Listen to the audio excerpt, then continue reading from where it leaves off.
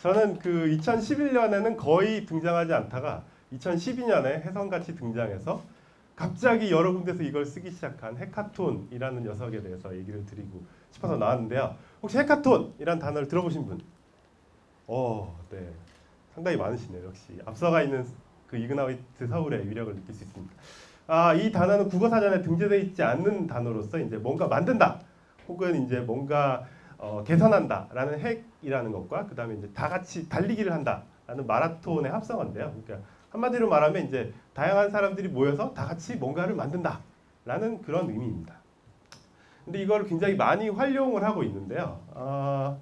이건 사실 해커 문화에서 나왔어요. 이제 해커들이 서로의 지식을 공유하기 위해서 어떤 장을 만드는 걸 이제 이름을 붙여가지고 나온 건데, 국내에서는 크게 이제 4가지 종류로 활용하고 계신 것 같습니다.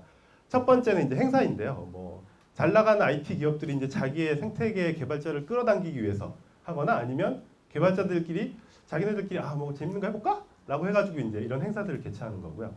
그 다음에 두 번째는 이제 창업인데요. 스타트업 위켄드 같은 경우에는 개발자, 기획자, 디자이너가 이제 모여가지고 금요일날 모여서 팀을 짜고 일요일날까지 개발해가지고 이제 벤처 캐피탈리스트한테 발표해서 투자받아서 창업하는 거죠. 그리고 아까 말한 긱스 오너 플레이는 비행기를 타고 하는 거고요. 그 다음에 기업 문화가 있는데요. 기업 문화는 이제 페이스북이 대표적인데 뭔가 문제가 생겼을 때 내부적으로 해카톤을 열어가지고 기업 내부의 문제를 해결하는 겁니다. 그리고 마지막으로 이제 사회 혁신인데요. 이거는 뭔가 사회에 도움이 되는 좋은 거를 같이 만드는 겁니다. 예를 들면은 소셜 이노베이션 캠프는 이제 시민이 낸 아이디어를 가지고 사람들이 만들어주는 거고요. 그다음에 빅캠프 포 에듀케이션 같은 경우에는 이제 선생님이나 학생들이 교실에서 필요로 하는 거를 제안을 하면은 그걸 개발자랑 디자이너가 모여서 같이 만들어주는 그런 겁니다. 근데 왜 이렇게 이게 유행을 하게 됐을까요? 2012년에 저는 생각을 해봤는데, 이게 그러니까 일반 사람들이 뭔가 참여해서 문제를 해결할 수 있는데 가장 좋은 도구이기 때문이 아닐까, 그러니까 코크리에이션 하는 가장 좋은 도구이기 때문이 아닐까라고 생각을 했습니다. 그래서 이런 것들이 많이 쓰여졌으면 좋겠는데 잘 하려면 어떻게 해야 될까요? 굉장히 빠르네요, 이게 생각보다. 네. 첫 번째로 그 팀이 처음에 생성이 되면 분위기가 되게 어색한데요. 그 성능을 낼 때까지 그걸 빨리 가속화 시켜주는 게 필요합니다. 그래서 팀을 일찍 만들거나, 아니면 팀을 만들 때 뭔가 서로 잘 유기적으로 이렇게 조화될 수 있도록 코칭을 두는 그런 방법들을 쓰는 게 좋죠. 그리고 두 번째로 먹을 건데요. 주로 밤을 새서 작업을 하는데 예를 들면 저희가 밤을 새면서 짜장 범벅은 5개 넘게 먹을 수 있잖아요. 근데 신라면 2개 이상 먹기 어렵거든요. 그러니까 꼭 속이 편한 음식을 준비하는 게 굉장히 중요합니다. 그리고 세 번째로 이제 남녀가 적절히 섞여 있으면 굉장히 분위기도 좋고 모든 게 좋은데, 가끔 디자이너분이 남자시거나 아니면 디자이너가 없거나 해서 이제 남자들만 있는 경우도 있는데, 그럴 경우 더 퍼포먼스가 잘 나더라고요. 서로 막 얘기도 안 하고 막 일만 죽어라 해가지고 상금을 타가시더라고요. 그래서 굳이 상관은 없다.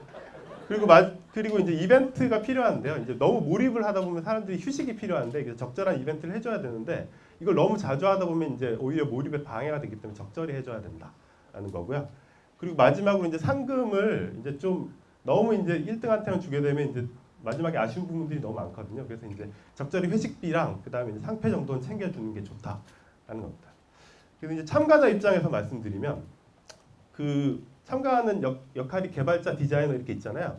근데 기획자는 보통 초반에 컨셉 잡을 때랑 막판에 발표자로 만들 때 바쁘고요. 디자이너는 개발자한테 뭘 넘기기 전까지 바쁘고, 개발자는 처음부터 끝까지 계속 바쁩니다. 그래서 개발자로 참여하시는 분들은 이런 업무 로드를 잘 알고 참여를 하셔야 된다는 거죠. 이제 모르고 갔다가 이제 크게 당하시는 수가 있기 때문에 그렇다는 거고. 그 다음에 아무리 열심히 준비를 했어도 발표를 못하면 맞짱 꽝입니다. 그래서 발표자 선정을 잘하고 발표를 잘 가르쳐야지만 이 48시간, 36시간 했던 게 이제 성과가 나오는 거고요. 그리고 그것보다 중요한 건 뭐냐면, 이걸 왜 하는지 이유가 명확해야 됩니다.